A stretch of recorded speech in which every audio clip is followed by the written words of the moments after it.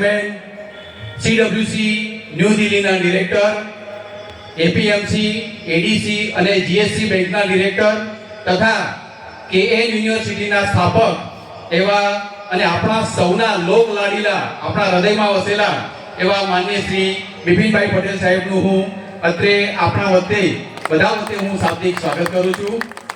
એમની સાથે ઉપસ્થિત તેમના સુપુત્ર અને KN યુનિવર્સિટીના વાઇસ ચેરમેન, પોતાના પિતાના પગલે ચાલનાર એવા ધ્રુવભાઈનું હું ટૂંકમાં વાત કરું તો એ માત્ર આપણને એમ લાગે કે ગર્ભ શ્રીમંત છે, પણ એ સંસ્કારોથી પણ એટલા ભરેલા છે કે જ્યારે પણ આ વિસ્તારમાંથી રથયાત્રા નીકળી ત્યારે બંને વખત ધ્રુવભાઈ એમના પિતાની સાથે જોડાયા અને સમગ્ર રથયાત્રા દરમિયાન એમણે હંમેશા બધાને પ્રસાદ પણ એને વિતરણ કર્યું છે.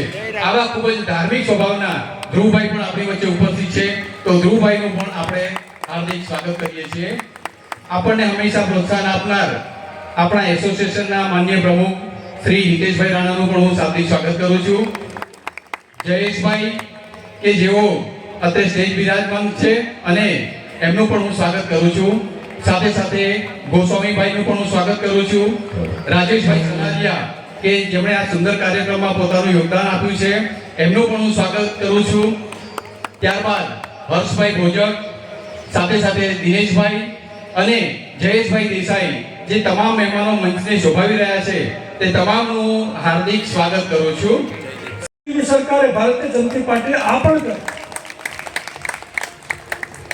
હવે આપણી સંસ્કૃતિની વિરાસતને જાળવવાનું કામ, અસ્મિતાને જાળવવાનું કોઈ કામ કર્યું તો ભારતીય જનતા પાર્ટીએ કર્યું. આ જ પ્રકારે કાયદા કાનૂનની વાત હોય તો અહીંયા 25 વર્ષના યુવાનો બેઠા છે, એમને તોફાનો, હુલ્લડો, સ્ટેબિંગ આવું કંઈ સાંભળ્યું નહીં હોય. પરંતુ જે 40-50 વર્ષના વડીલો છે એમને ખબર હશે કે જ્યારે કોંગ્રેસનું રાજ હતું ત્યારે ઘરનો કોઈ વ્યક્તિ શહેરની અંદર ગયો હોય અને ટાઈમસર પાછો ના આવે ત્યારે આખું ઘર ચિંતામાં ગરકાવ થતું. એટલા માટે થતું કે શહેરની અંદર તોફાનની અંદર કઈ અનિચ્છનીય બનાવ તો નહીં બન્યો હોય ને, આ પ્રકારનું વાતાવરણ હતું. ભારતીય જનતા પાર્ટી આવી, એક પણ વર્ષ હુલ્લડ, એક પણ વર્ષ તોફાન, એક પણ વર્ષ સ્ટેબિંગ નથી થવા દીધું. આ પ્રકારનું વાતાવરણ ઊભું કરવાનું કામ કર્યું હતું ભારતીય જનતા પાર્ટી. આ પ્રકારે તમે સૌ જાણો છો, આપણું આસ્થાનું કેન્દ્ર ભગવાન જગન્નાથનું મંદિર. કોંગ્રેસ સમયે જ્યારે પણ રથયાત્રા નીકળતી ત્યારે અચૂક તોફાનો થતા આ રથયાત્રાને પોલીસ પ્રોટેક્શનની અંદર પાછું મંદિરે લઈ જવામાં આવતું. ભારતીય જનતા પાર્ટીની સરકાર બન્યા પછી એક પણ વર્ષ કાકડી ચાળો થયો નથી. ભગવાન જગન્નાથ મંદિરનો રથ આન બાન શાંતિ નીકળી અને પાછો મંદિરે જાય છે. આ પ્રકારનું સુશાસન આપવાનું કામ ભારતીય જનતા પાર્ટીએ કર્યું. આ પ્રકારે આજે કોંગ્રેસના રાજની અંદર રાતે 10 વાગે બહેનોને, દીકરીઓને નીકળવું હોય તો ઘરનો કોઈ પુરુષ વ્યક્તિ તેનો સાથે જવું પડે.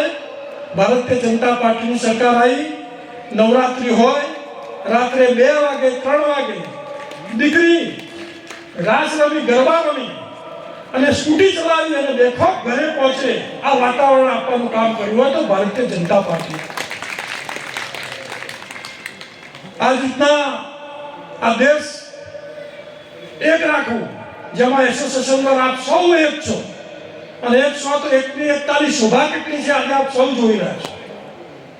આ દેશને એક કરવા માટે જ્યારે નરેન્દ્રભાઈ મોદી સાહેબ વડાપ્રધાન બનવા નીકળ્યા ત્યારે મેનિફેસ્ટોની અંદર 370ની કલમ હોય, રામ જન્મભૂમિની વાત હોય.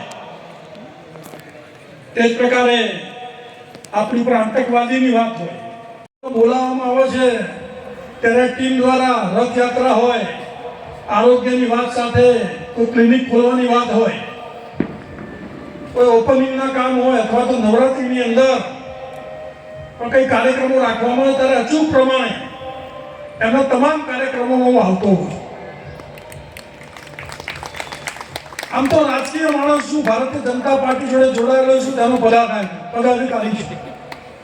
કાર્યક્રમોમાં રોજ જવાનું થતું હોય, પરંતુ જો ઉર્જા વાળો કાર્યક્રમ, જે એકતા વાળો કાર્યક્રમ, અને જે લાગણીવાળો કાર્યક્રમ આ એસોસિએશન દ્વારા મને અહીંયા હું નિહાળી રહ્યો છું અને હું લાગણીનો અનુભવ પણ કરી રહ્યો છું. એના માટે પણ આપ સૌને અભિનંદન પાઠવું છું કે આ જ પ્રકારે આપ એકતાથી આ સંગઠન ચલાવજો.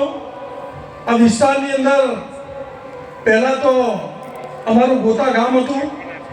ત્યારે ગોતા ગામ માત્ર 300 ઘરનું ગામ હતું. અત્યારે જ્યાં બેઠા છો અમારા શ્રીમતી ખેતરો હતા. 2004 સુધી કોઈ વિકાસ નહોતો અહીંયા. 2004 પછી કોર્પોરેશનની અંદર આ વિસ્તારની ભરતી થઈ. ત્યારબાદ ટીપી સ્કીમ બની અને ટીપી સ્કીમ બન્યા પછી આજે ઉત્તરોત્તર એરિયાનો વિકાસ કેએન સિટીનો પણ તમે વિકાસ જોઈ રહ્યા છો. એસોસિએશનમાં ખૂબ કામ થઈ રહ્યું, પરંતુ જ્યારે તમારી વચ્ચે મને બોલાવ્યો છે ત્યારે આપ સૌ ભારતીય જનતા પાર્ટીના નાના મોટા કાર્યોમાં જોડાયેલા હશો, તેની વિચારધારા જોડે પણ જોડાયેલા હશો. તો તેની માટે પણ મારે બે વાત આટલા બધા જનમેદની છે અને એક એક સોસાયટીનું નેતૃત્વ કરવાવાળા, એટલે હું એવું માનું છું કે 300 ગામનું ઘરનું ગામ હતું ત્યારે હું સરપંચ હતો. આજે એક એક સોસાયટી 200, 150, 300, 400 ઘરની સોસાયટી છે. તમે એક એક સરપંચો બેઠા છો, બધા તમે નેતૃત્વ કરી રહ્યા છો. સૌભાગ્યશાળી એટલો છો, ભાગ્યશાળી એટલો છો કે આ વિસ્તારની અંદર એક તો આપણને અહીંયાથી જે ધારાસભ્ય છે તે આપણા સીએમ છે, સાથે સાથે આ દેશનું નેતૃત્વ કરે છે, જેને લોખંડી પુરુષ બીજા તરીકે કહેવામાં આવે છે. એવું નેતૃત્વ જેવો દેશ તેને મળવા માટે તલપાપડ છે. એવા દેશના ગૃહપ્રધાન અને સહકારિતા મંત્રી અમિતભાઈ શાહ સાહેબનો પણ લોકમિત્ર વિસ્તાર છે, લોકસભાનો વિસ્તાર છે. આ વિસ્તારની અંદર જ્યારે અમિતભાઈ દિલ્હી થઈને આવે ત્યારે લોકાર્પણ કરે, ખાતમુહૂર્ત કરે, ત્યારે મિનિમમ 300-400 કરોડના વિકાસના કામો લઈને આવતા હોય છે. એટલે આવનારા વર્ષોની અંદર તેમને નિશ્ચિત કર્યું છે, નિશ્ચય લીધો છે કે આ લોકસભાને દેશની સૌથી વિકસિત લોકસભા મારે બનાવવી છે અને તે પ્રકારે તેઓ આયોજન કરી રહ્યા છે. આ નવી ટીપી સ્કીમ થતી હોય ત્યારે તમે જુઓ છો કે ગાર્ડનની જોડે કન્વેન્શન હોલ હોય, લાઇબ્રેરીનું આયોજન હોય અને હમણાં ડિસેમ્બરના એન્ડની અંદર કેએન સિટીની અંદર ખૂબ મોટું સ્પોર્ટ્સ સંકુલનું આયોજન પણ તેનો ખાતમુહૂર્ત કરવા અમિતભાઈ આવી રહ્યા છે. આ દરેક પ્રકારના વિકાસના કામો, આરોગ્ય કેન્દ્રની વાત હોય, અન્ય પ્રકારના શૈક્ષણિક કામોની વાત હોય, તો ભારતીય જનતા પાર્ટી દ્વારા સૌથી પહેલો વિકાસ આપણા વિસ્તારની અંદરથી જઈ રહ્યો છે. અમદાવાદની વાત